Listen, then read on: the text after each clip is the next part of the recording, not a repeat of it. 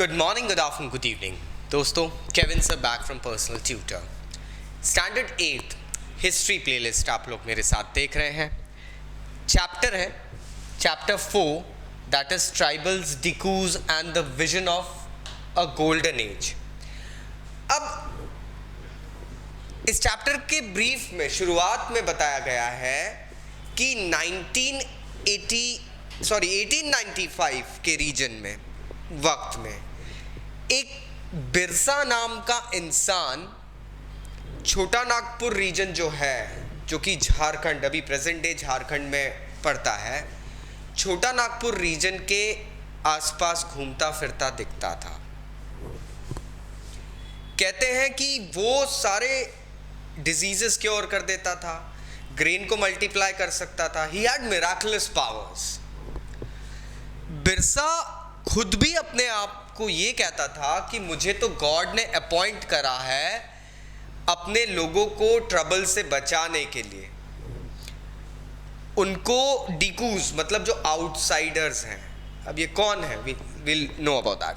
Outsiders की slavery से redeem करने के लिए बहुत ही जल्दी हजारों लोग, हजारों ट्राइबल्स कह सकते हैं, दे स्टार्टेड फॉलोइंग बिरसा, ये बिलीव करके कि भैया वो भगवान है. व्हाट इज अ भगवान? गॉड भगवान है हमारे लिए, एंड हमारे सारे प्रॉब्लम्स ये इंसान प्रोबेबली सॉल्व कर देगा.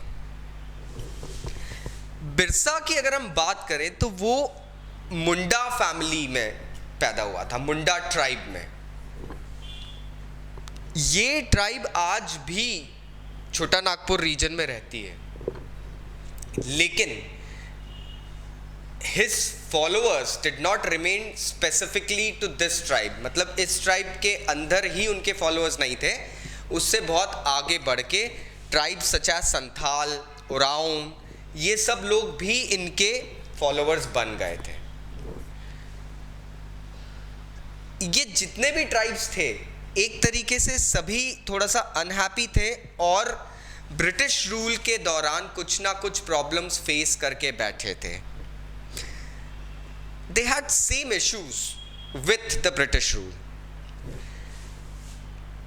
अब ब्रिटिश रूल के अंदर इनकी जो ट्रेडिशनल लाइफस्टाइल थी, जो एक familiar way of living life था, वो कहीं ना कहीं खो रहा था.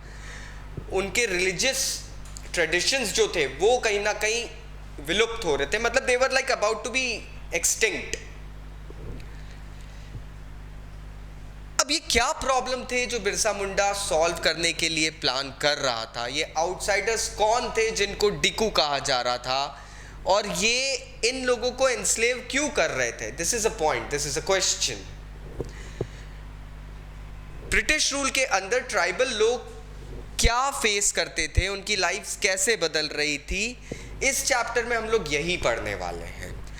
आपने previous year that is 7th की हिस्ट्री में ज़रूर पढ़ा होगा कि ट्राइबल सोसाइटीज़ के कुछ कस्टम्स होते हैं जो कि ब्राह्मणिकल ट्रेडिशंस, जो कि वेदों के हिसाब से वो बहुत अलग होते हैं.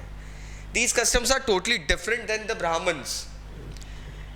यहाँ पे कास्ट सिस्टम नहीं होता है. People living in a tribe are actually considered a part of the family and they remain in the tribe as a part of a clan.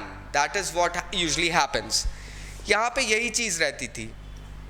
अच्छा, लेकिन इसका ये भी मतलब नहीं है कि ट्राइब्स के बीच में कोई सोशल डिफरेंस या स्टेटस डिफरेंस नहीं होता था. There were status difference between some people in the tribe and some people living in the tribe. देखिए, जैसे कि एक ट्राइबल हेड होगा तो जाहिर सी बात है he will be the chief, और एक पर्सन जो कि नॉर्मल एक पेजेंट सॉर्ट ऑफ रहेगा तो उसकी वो वैल्यू नहीं रहती है.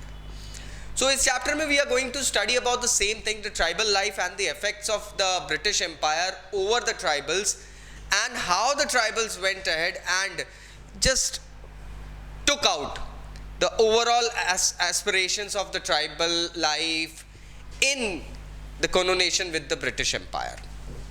आई होप अब आपको कोई डाउट्स नहीं है. फिर भी अगर कोई डाउट रह जाते तो नीचे कमेंट बॉक्स में कमेंट जरूर करना. Thank you very much. Take care. Bye bye.